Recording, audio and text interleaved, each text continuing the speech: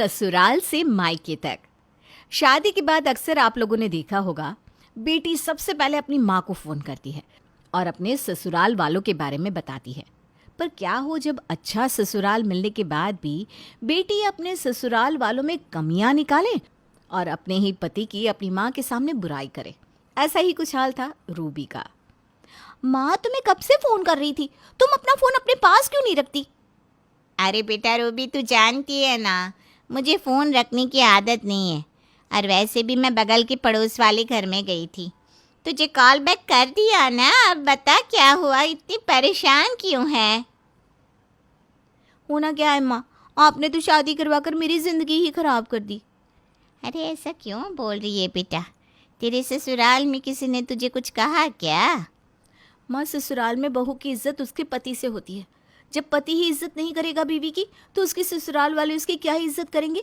मेरा पति तो खुद चाहता है कि मैं इस घर की नौकरानी बन जाऊं।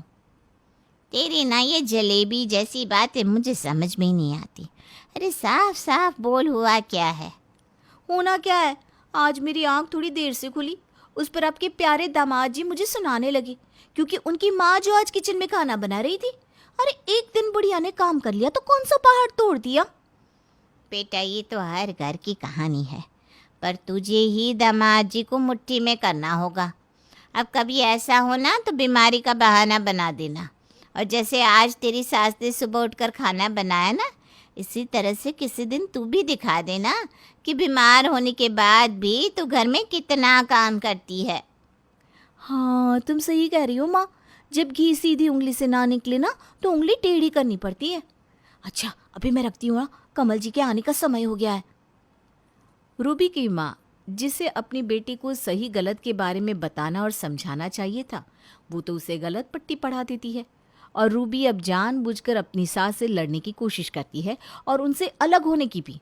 और इसलिए सबसे पहला निशाना वो अपने पति को बनाती है और अपने पति को अपनी ओर करने के लिए उसके सामने खुद अच्छी और सास को बुरा बनाने की कोशिश करती है। आ गए आप? डिनर भी तैयार है। बहुत थक गए होंगे ना आप। माफ़ करना सुबह के लिए, आज सुबह से ना मेरी तबीयत ठीक नहीं है। शायद इसी वजह से आँख भी नहीं खुल पाई और माँ जी को मेरी वजह से काम करना पड़ा। अरे कोई बात नहीं बहू, वैसे भी तू मेरी बहू नहीं मेरी बेटी है। अगर एक दिन मैंने काम कर भी लिया तो क्या हो गया। और कमल, तो बहू को छोटी छोटी बातों पर डांटा मत कर। अच्छा बेटा, तू ये बता, अब तेरी तबीयत कैसी है, ठीक है ना? और एक बात, अगर कभी भी तबीयत खराब हो ना तो पहले मुझे बता दिया कर। मुझे भी माफ़ करना रूबी, मैंने बिना सोचे समझे तुम्हें भला बुरा कह दिया। अच्छा, मैं अभी फ्रेश होकर आता हूँ, फिर सब साथ में डिनर करते हैं। कमल के आते ही रूबी एक अच्छी और संस्कारी बहू बनने का दिखावा करती है और इसी तरह से कुछ दिन बीत जाते हैं। कमल के जाते ही रूबी बीमार होने का नाटक करती और अपनी सास से घर के सारे काम करवा लेती। शाम को जैसे ही कमल घर आता, वो अपनी सास की सेवा में जुट जाती। माँ जी, मैं तो हमेशा ही बीमार पड़ी रहती हूँ। मेरी वजह से आपको घर के सारे काम भी करने पड़ते हैं। चलिए, आज ना आप आराम से बैठ जाइए, मैं आपके पैर दबा देती हूँ। देख बहू, अगर तेरी तबीयत ठीक है तो ही मेरे पैर दबाना। वैसे भी कुछ दिनों से घुटनों का दर्द फिर से शुरू हो गया है। अब नहीं होगा माँ जी, क्योंकि अब से मैं जो आपकी सेवा करूँगी। इस तरह से रूबी अपनी सास के पैर दबाने लगती है और जैसे ही कमल घर में आता है, रूबी बेहोश होने का नाटक करती है। ये देखकर कमल बहुत ज़्यादा घबरा जाता है और अपनी माँ पर नाराज़ होने लगता है। रूबी, रूबी क्या हुआ तुम्हें, होश में आओ। माँ, आप तो घर में ही थी ना, आपको पता था ना रूबी बीमार है, फिर आप उससे अपनी सेवा कैसे करवा सकती है? हो ना हो आज भी रूबी ने ही घर के सारे काम किए होंगे। बेटा, तेरे जाने के बाद घर के सारे काम मैं करती हूँ और रूबी बहू से मैंने कोई सेवा नहीं करवाई। वो खुद आई थी और उसने तो मुझे बताया भी नहीं कि उसकी तबीयत खराब है। माँ, बस भी करो आप। अपने बेटे के प्यार में इतनी अंधी हो गई हो कि बहू की आपको कोई चिंता ही नहीं है। आपको क्या लगता है, अगर मैं घर में नहीं रहता तो मुझे घर में क्या चल रहा है उसके बारे में कुछ पता नहीं चलता? इतना बोलकर कमल रूबी को गोद में उठाकर अपने कमरे में ले जाता है और उसकी देखभाल करने लगता है। कुछ देर बाद रूबी की माँ का फ़ोन आता है और कमल अपनी सास से बात करता है।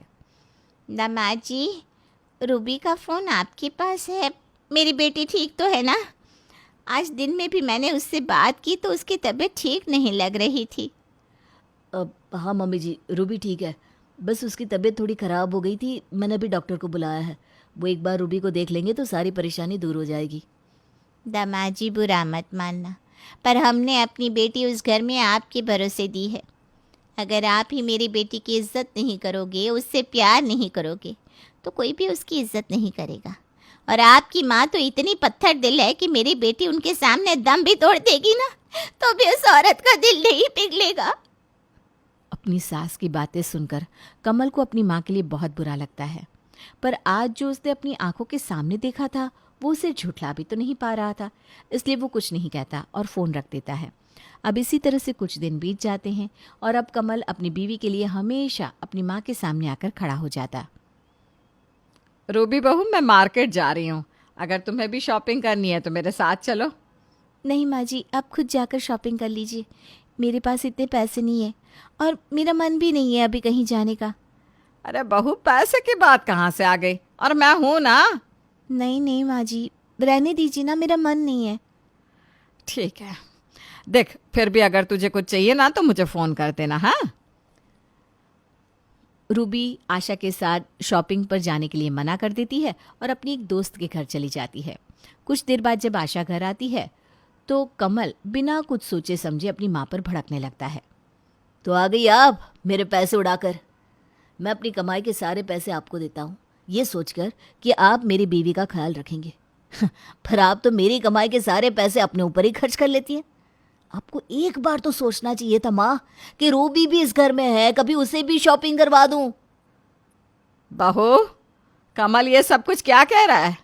तूने कौन सी पट्टी अब पढ़ा दी मेरे बेटे को? बेटा, मैंने बहू से कहा था कि वो मेरे साथ चले, और रही शॉपिंग की बात तो तेरे सारे पैसे मैंने रखे हैं, भूल मत। पिताजी की पेंशन अब भी इस घर में आती है।